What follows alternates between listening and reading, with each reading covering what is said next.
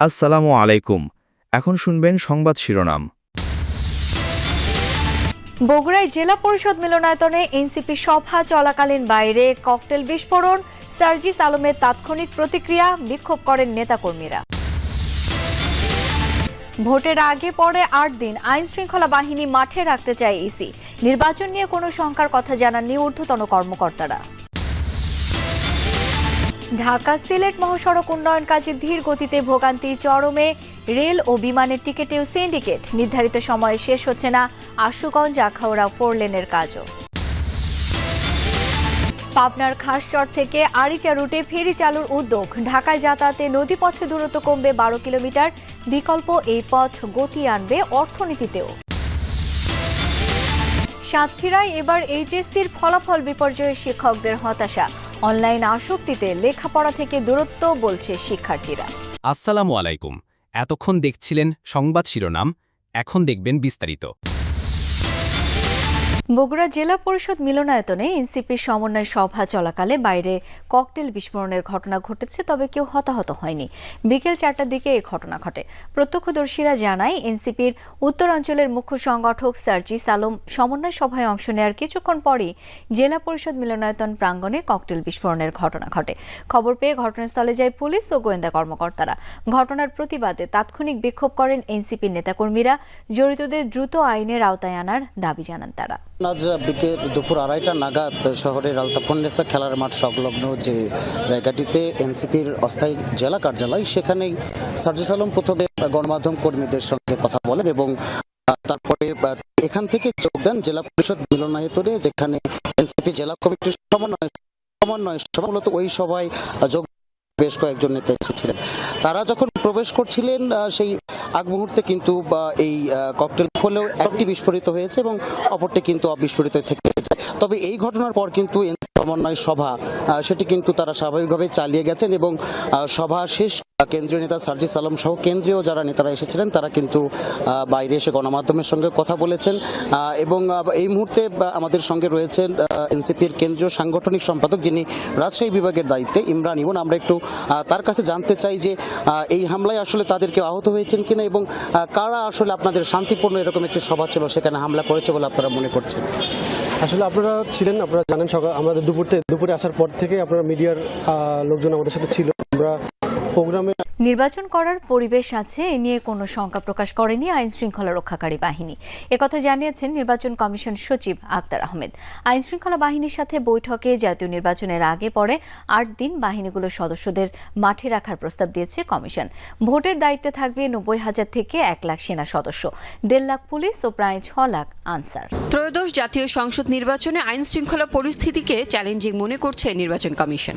অবাধ, অংশগ্রহণমূলক এবং সুষ্ঠুভাবে সম্পন্ন করার লক্ষ্যে আইন শৃঙ্খলা বাহিনীর প্রতিনিধিদের সাথে প্রথমবারের মতো বৈঠক নির্বাচন কমিশনের। সকাল 10:30টায় নির্বাচন ভবনে শুরু হওয়া এই মতবিনিময় সভায় স্বরাষ্ট্র মন্ত্রণালয়ের সিনিয়র সচিব, 3 বাহিনীর প্রতিনিধি, আইজিপি, বিজিবি, এনটিএমসি, এনএসআই ও ডিজিএফআই এর মহাপরিচালক সহ 18 জন সদস্য বৈঠকে অংশ নেন। দীর্ঘ বৈঠক শেষে গণমাধ্যমের সাথে কথা বলেন সিনিয়র সচিব। জানান, ভোট গ্রহণ কর্মকর্তা ও কেন্দ্রের নিরাপত্তা, শান্তিপূর্ণ পরিবেশ বজায় রাখা, আইন শৃঙ্খলা রক্ষাকারী সংস্থাগুলোর মধ্যে তথ্যের আদান প্রদান, অবৈধ অস্ত্রের ব্যবহার রোধ ও নিয়ন্ত্রণ নিয়ে হয়েছে আলোচনা। সেই সাথে নির্বাচনে বিদেশি সাংবাদিক ও প্রাক পর্যবেক্ষকদের নিরাপত্তায় সহযোগিতা, কৃত্রিম প্রযুক্তি ব্যবহার করে সামাজিক যোগাযোগ মাধ্যমে ভুল ও মিথ্যা তথ্যের প্রচারণা রোধে কৌশল নির্ধারণ সহ নির্বাচন সংশ্লিষ্ট নানা বিষয়েও কথা হয়।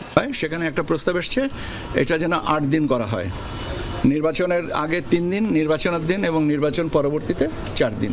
নির্বাচনকে সামনে রেখে তাদের বাহিনীদেরকে প্রশিক্ষিত করার একটা কার্যক্রম গ্রহণ করেছেন। ভেঙে পড়েছে সিলেটের যাতায়াত ব্যবস্থা। সড়ক, রেল কিংবা বিমান সব পথেই ভোগান্তি আর সিন্ডিকেটের কবলে যাত্রীরা। এতে একদিকে নষ্ট হচ্ছে মূল্যবান সময়, অন্যদিকে পর্যটক হারানো সহ অর্থনৈতিক খাতেও পড়ছে প্রভাব। প্রকৃতিকন্যা সিলেট, যার রূপ লাবণ্য আকৃষ্ট করে সবাইকে। প্রবাসী অধ্যুষিত অঞ্চলটি একদিকে যেমন রেমিটেন্সের পালে হাওয়া দিচ্ছে, অন্যদিকে খনিজ সম্পদ সরবরাহের মাধ্যমে এগিয়ে নিচ্ছে দেশের অর্থনীতি। তবুও যেন যুগ যুগ ধরে বঞ্চিত এ অঞ্চল। বঞ্চনার সবচেয়ে বড় নজির যাতায়াত ব্যবস্থা। দীর্ঘদিন ধরেই সংস্কারহীন সিলেটের রেলপথ। প্রায়শই ঘটছে দুর্ঘটনা। সেই সাথে গত এক যুগেও ঢাকা চট্টগ্রাম রুটে যুগ হয়নি নতুন ট্রেন, তার উপর টিকিট কালোবাজারির দৌরাত্ম্য। সব মিলিয়ে যাত্রীদের কাছে ট্রেনের টিকিট যেন সোনার হরিণ। যদি আমি 20 বার আসি তাহলে হয়তো 2 বার পাওয়া যায় কিংবা 3 বার পাওয়া যাচ্ছে, বাকি সময়গুলো পাওয়া যাচ্ছে না। আমার টিকিট দিতেছে না, বলতেছে যে না টিকিট নাই, কত তারিখের আছে সেটাও বলে না। টিকিট বাড়াতে হলে আপনার ট্রেন বাড়াতে হবে, কিন্তু আমাদের 2012 সালের পরে কালনী ট্রেন উদ্বোধন হওয়ার পরে এখন পর্যন্ত সিলেট পাশে আমরা কোনো ট্রেন এখনো পাই না।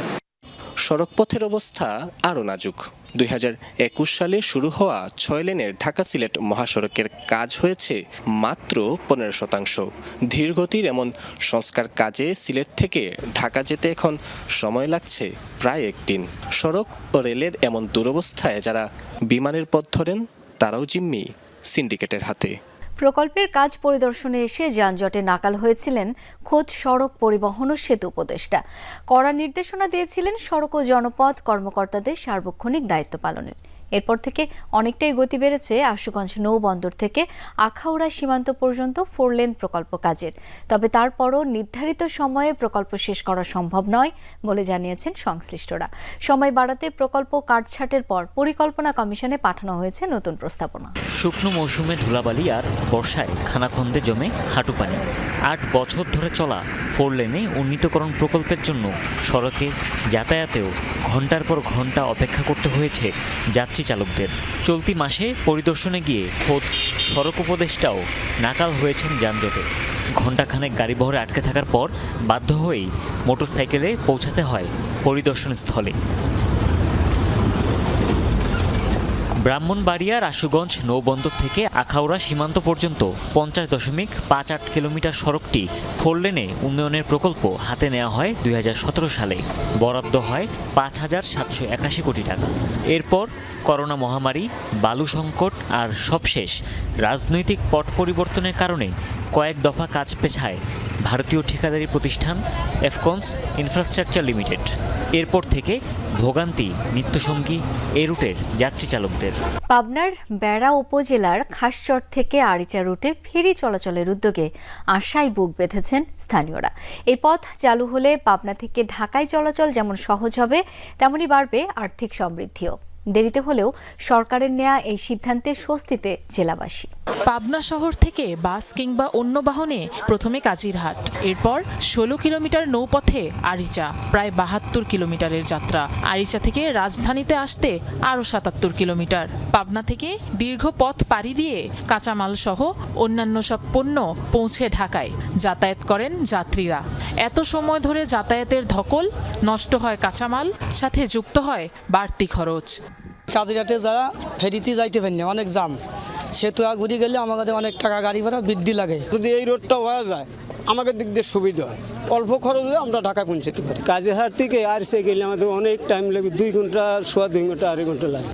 তবে বেড়া উপজেলার খাসচর থেকে আরিচা রুটে ফেরি চলাচলের উদ্যোগ ভোগান্তি অবসানের আশা জাগিয়েছে পাবনাবাসীর বুকে। ঢালার চরের নারাদহ থেকে খাসচর পর্যন্ত লিংক রোড তৈরি হলে নদীপথের দূরত্ব কমবে 12 কিলোমিটার, মানে মাত্র 4 কিলোমিটার পাড়ি দিলেই পৌঁছানো যাবে আরিচায়। এতে শুধু যাতায়াতের সুবিধাই নয়, ঘুরবে অর্থনীতির চাকাও, বলছেন স্থানীয়রা।